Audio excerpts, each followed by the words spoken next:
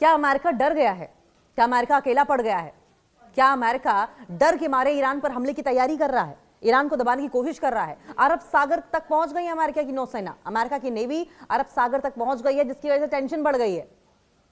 क्या ये tension America के मन में घर करती जा रही है? अमेरिकी नौसेना तेजी से ईरान की ओर बढ़ रही है और इसकी जानकारी खुद अमेरिका के राष्ट्रपति डोनाल्ड ट्रंप ने दी है। ये खौफ ही है कि एकदम से अपनी सेनाओं को, अपनी नेवी को डिप्लॉय करने पर तुले हुए हैं अमेरिकी प्रेसिडेंट।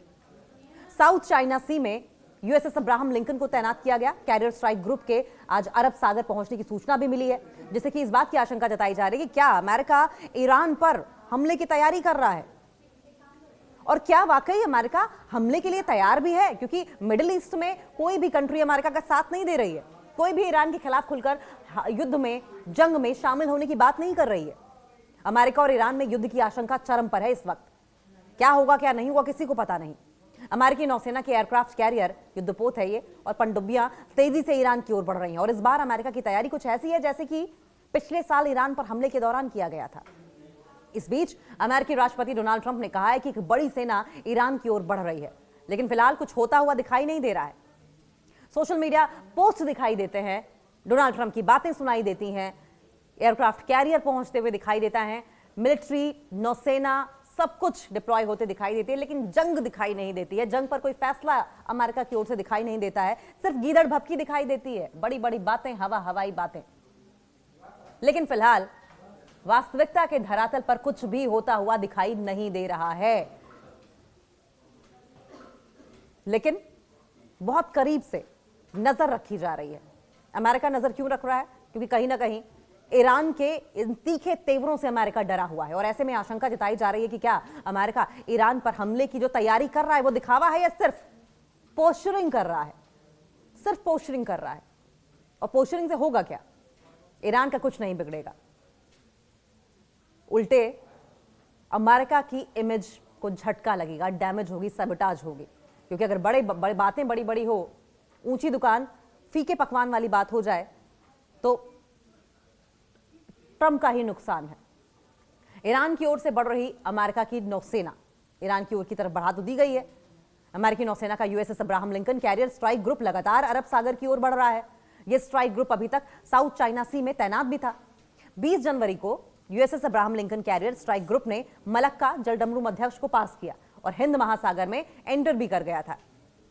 ये जो स्ट्राइक ग्रुप है वो समुद्री मील प्रति घंटे से ज्यादा की रफ्तार से यात्रा करते हुए ईरान की ओर बढ़ रहा है। हालांकि इसने अपनी लोकेशन छिपाने के लिए अपने ऑटोमेटिक आइडेंटिफिकेशन सिस्टम को बंद कर दिया। USS Abraham Lincoln carrier strike group की ताकत कितनी है ये भी समझ लीजिए।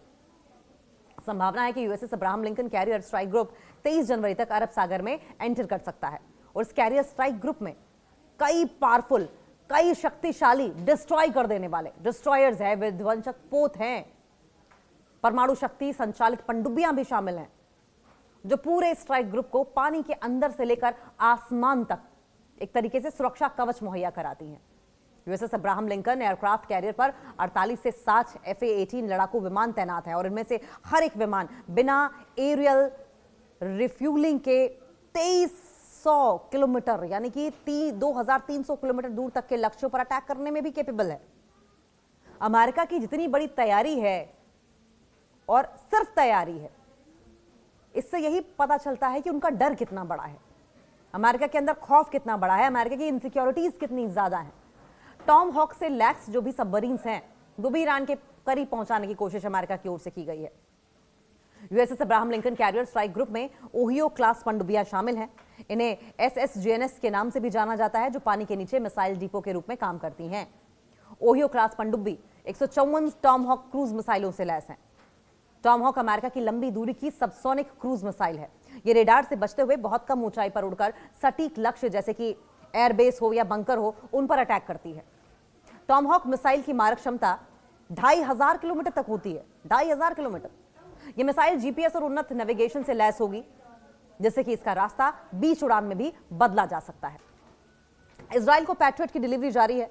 रिपोर्ट्स के मुताबिक अमेरिका के C-17 मिलिट्री ट्रांसपोर्ट विमान 20 से 22 जनवरी के बीच में जॉर्डन के मफराक अल ख्वाजा एयरबेस के लिए बार बार उड़ान भर रहे हैं। दावा किया जा रहा है कि इजराइल को ईरान के जवाबी हमले से बचाने के लिए पैट्रियट 3 मिसाइल की डिलीवरी कर रहे हैं। अमेरिका हिंद महासागर में स्थित डिएगो गार्सिया में B-2 स्टेल्थ बॉम्बर भी तैनात करने की योजना बना रहा है, जो यहां से उड़ान भरकर ईरान में कहीं भी हमला करने में सक्षम है।